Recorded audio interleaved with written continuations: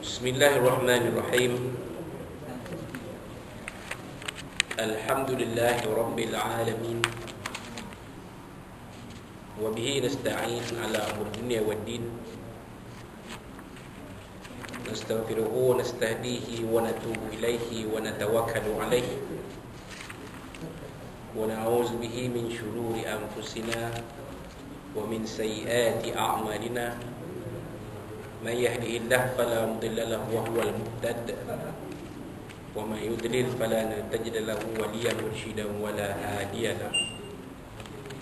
Asyhadu an la ilaha illallah wahdahu la syarika lah. Wa asyhadu anna sayyidana Muhammadan abduhu wa rasuluh.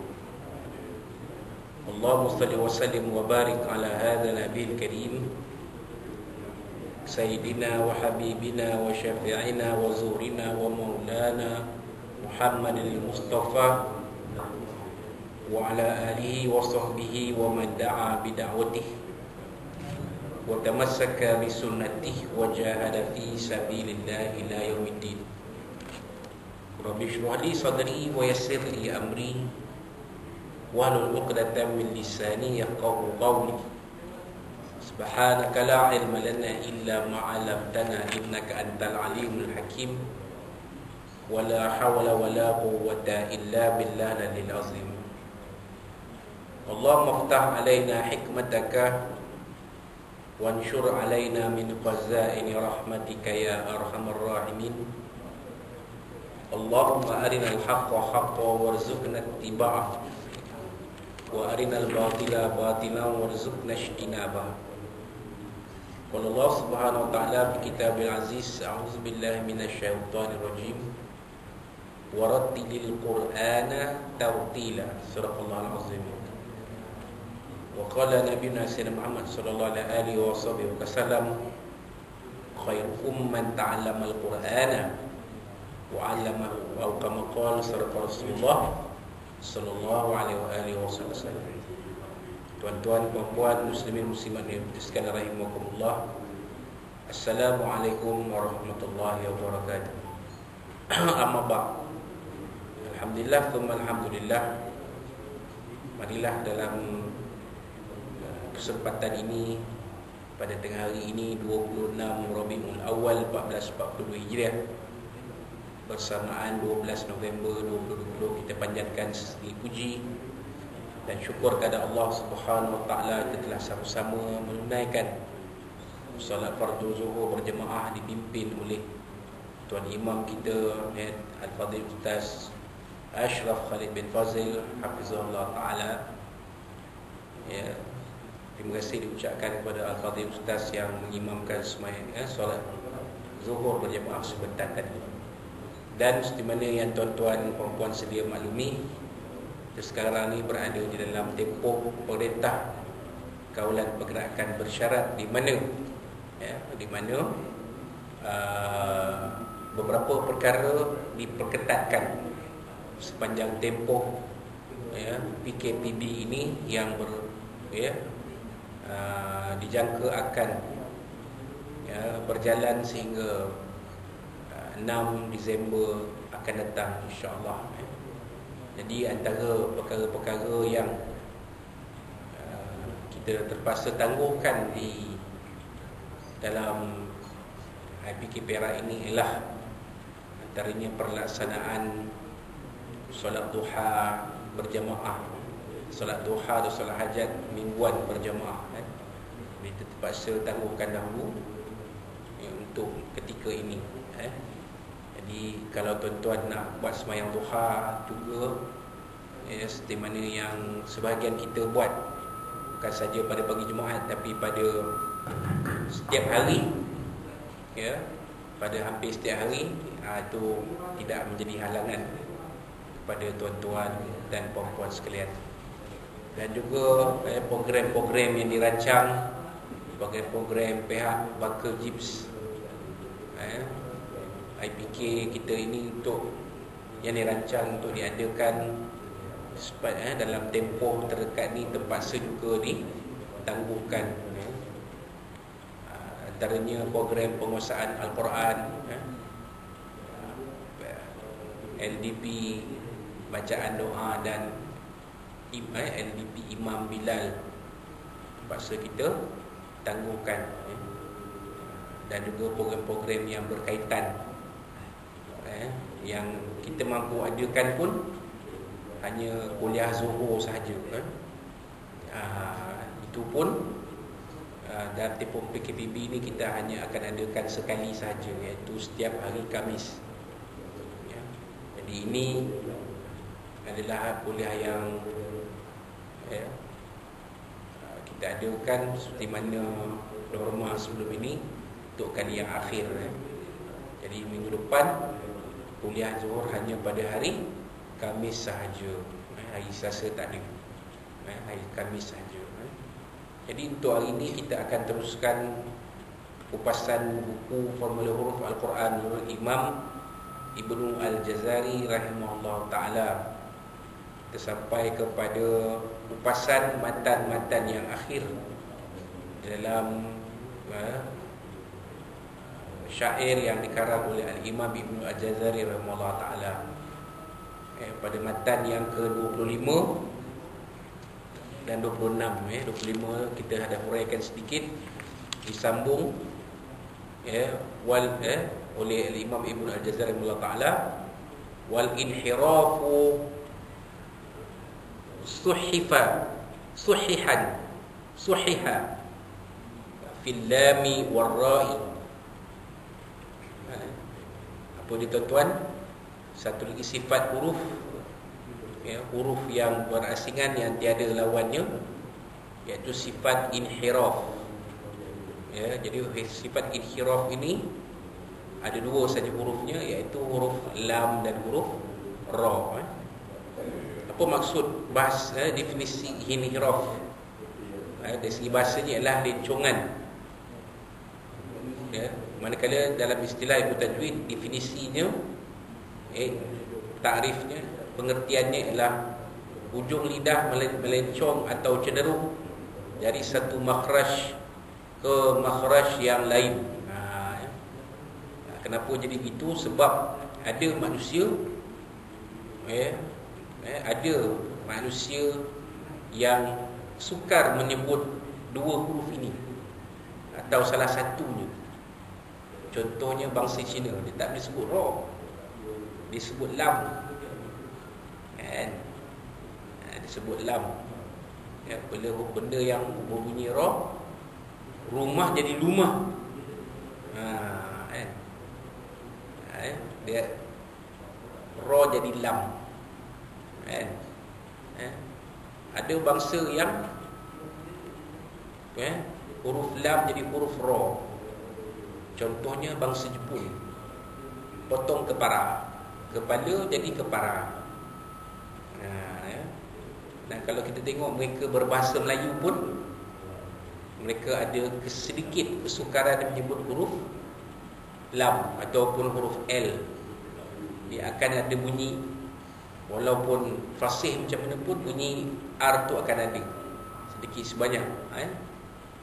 Itu memang kerana apa? Kerana ulama-ulama ilmu tajwid sudah melihat huruf lam dan ra ini ada sifat inhiraf.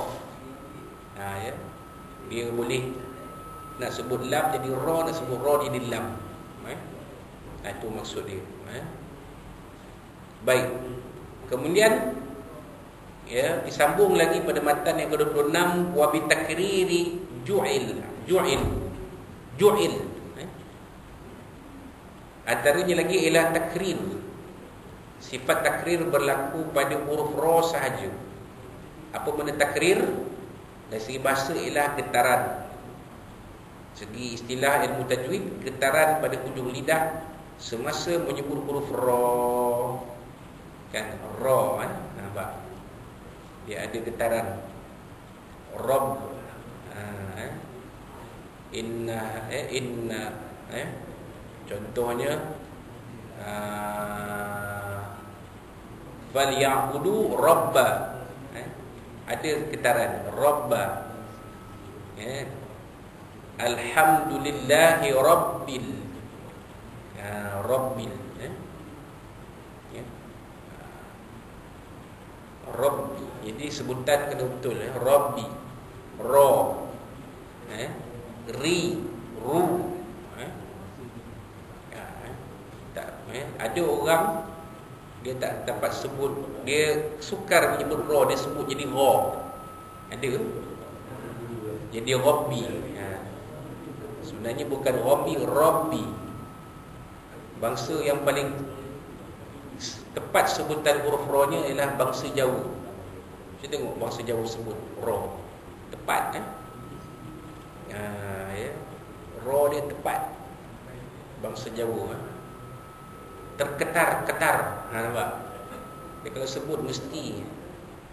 Kalau orang Negeri Sembilan kota-kota tak ada bunyi R ujung, rekor R tak ada. Jambar, kalau Jawa Jambar, nampak?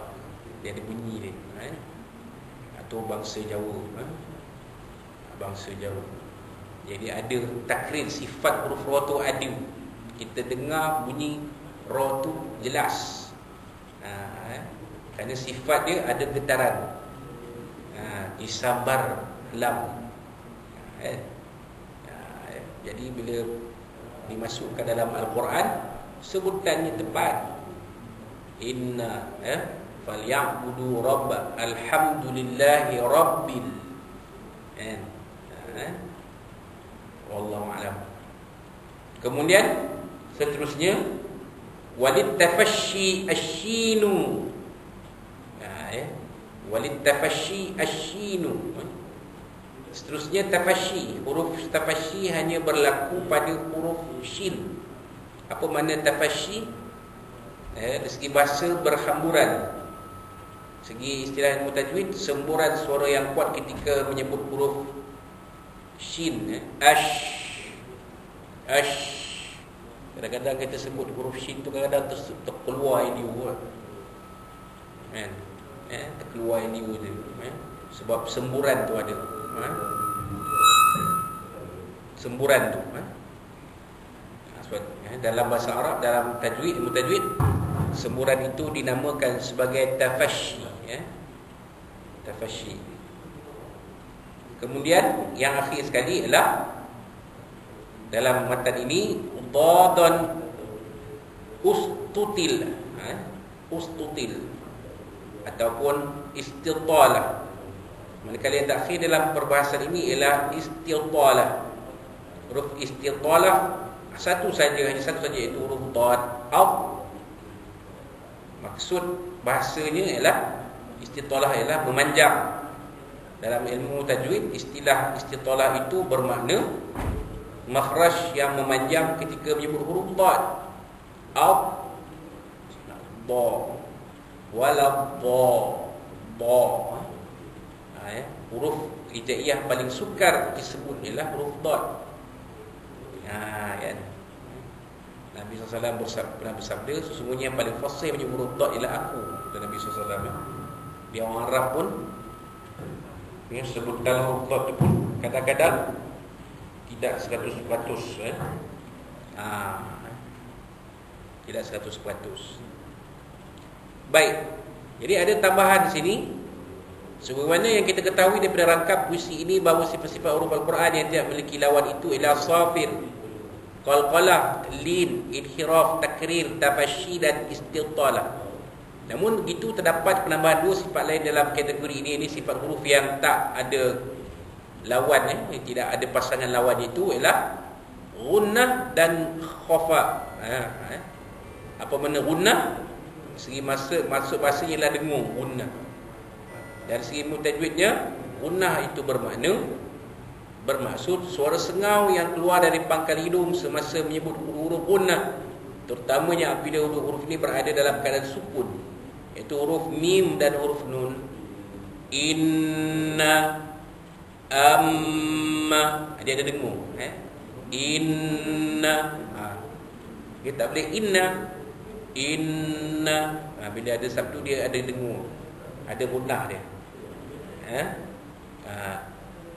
Imma, amma, dia ada dengung dia. Itu maksud gunnah tadi. Dua huruf yang ada sifat gunnah ialah huruf mim dan huruf nun. Dia ada dengung dia. Ada sengaunya keluar dari hidung. Terasa. Sebut ada dekat dengung tu rasa sengau. Ada. Jadi itu sifat yang pertama. Sifat yang kedua ialah khafa. Maksud bahasanya ialah tersembunyi. Dari segi istilah ilmu tajwid, khafa bermaksud suara huruf tersembunyi ketika menyebut huruf-hurufnya. Oleh itu huruf ini memerlukan huruf lain untuk menzahirkan sebutannya yang tersembunyi. Ada 4 huruf, iaitu huruf ha, huruf alif, huruf waw dan huruf ya. Itu huruf 3 huruf mad. Ha, a, ba, bu, bi, a,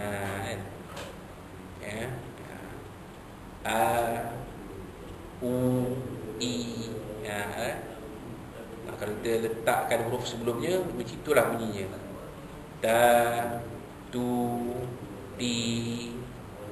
Dia tersembunyi. Perlu huruf sebelumnya untuk membunyi, menonjolkan ataupun menampakkan sifat khafa, sifat tersembunyi itu. Jadi itu dia. Itu dia sifat-sifat 9 sifat huruf Al-Quran yang tidak berlawan, tidak berlawan. InsyaAllah pada kuliah kita akan datang, kita akan sambung dengan tambahan kepada perbincangan. Jadi apakah ada huruf-huruf yang ada 5 sifat dan ada huruf yang ada 6 sifat. Kita akan nyatakan satu persatunya, insyaAllah. Dan apabila kuliah kita berjalan seperti biasa, kita akan teruskan. Tinggal sikit lagi, tak banyak dah. Kupasan buku formula huruf Al-Quran ni. Tak buku banyak dah. Tinggal hujung dah ni. Jadi untuk kuliah kita pada dalam tempoh PKPB pada hari Khamis ni, kita akan sambung perbincangan berkaitan dengan kitab, kupasan kitab Safinatun Najah. Kita akan ambil kitab tu. Adapun untuk buku formula Al-Quran ini, kita tangguhkan seketika. Dan kebetulan pun memang PPQ pun juga ditangguhkan. Jadi kalau praktikal kita ditangguh, teori pun kena tangguh jugalah. Jadi kita teruskan berkaitan dengan kupasan ilmu fiqh ataupun ilmu fardu ain di dalam kitab Safinatun Najah, insyaAllah. Jadi kita akan teruskan kuliah kita pada bermula minggu depan pada hari Khamis sahaja, insyaAllah. Itulah dia sedikit sebanyak apa kita boleh kongsikan pada tengah hari ini, yang baik dari Allah SWT dan yang kurang itu daripada kita semua. Wallahu a'lam bishawab. Qul qala tawfa azim li wa lakum billahi taufiq. Wassalamualaikum warahmatullahi wabarakatuh.